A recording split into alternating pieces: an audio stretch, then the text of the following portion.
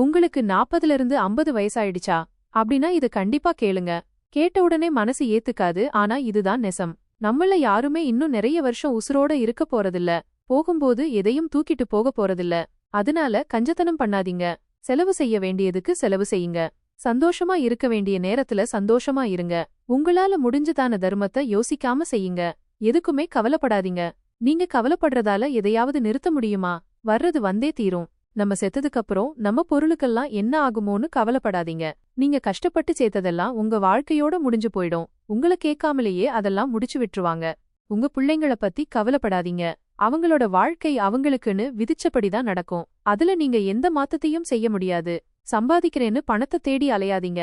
பங்குச்சந்தையெல்லாம் தலை வச்சு படுக்காதீங்க. பணத்தை விட உங்க உடம்புதான் முக்கியம். பணம் உடம்ப சரி பண்ணிடாது. 1000 ஏக்கர் நிலம் இருந்தாலும் ஒரு நாளைக்கு 1/2 கிலோ அரிசிக்கு மேல உங்களால திங்க முடியாது.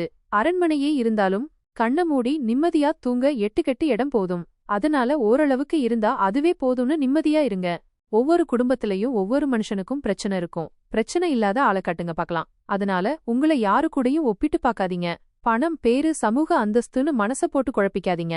நீங்க சந்தோஷமாவும் உடம்பு தெம்பாவும் ரொம்ப நாளா இருந்து மத்தவங்களுக்கு ஒரு உதாரணமா வாழுங்க. யாரும் மாற மாட்டாங்க. யாரையும் மாத்த முயற்சி பண்ணாதீங்க. அதனால உங்க நேரமும் உடம்பும் தான் வீணாகும். நீங்க உங்களுக்காண்டி ஒரு நல்ல சூழ்நிலைய உருவாக்கி அதுல எப்பவும் சந்தோஷமா இருங்க.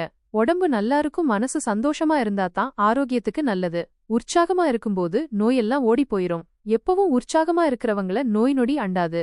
நல்ல மனசு, உடற்பயிற்சி, வெயிலு, நல்ல சாப்பாடு, தேவையான சத்து மாத்திரை இதெல்லாம் இன்னும் ஒரு 20-30 வருஷம் உங்கள வாழ வைக்கும். இதுக்கு மேல என்ன வேணும் சொல்லுங்க? எல்லாத்துக்கும் மேல உங்கள சுத்தி நடக்கிறது எல்லாம் நல்லபடியா நடக்கிற மாதிரி பாத்துக்கோங்க. வர்ற நாள்லெல்லாம் நல்லா இருக்க வாழ்த்துக்கள்.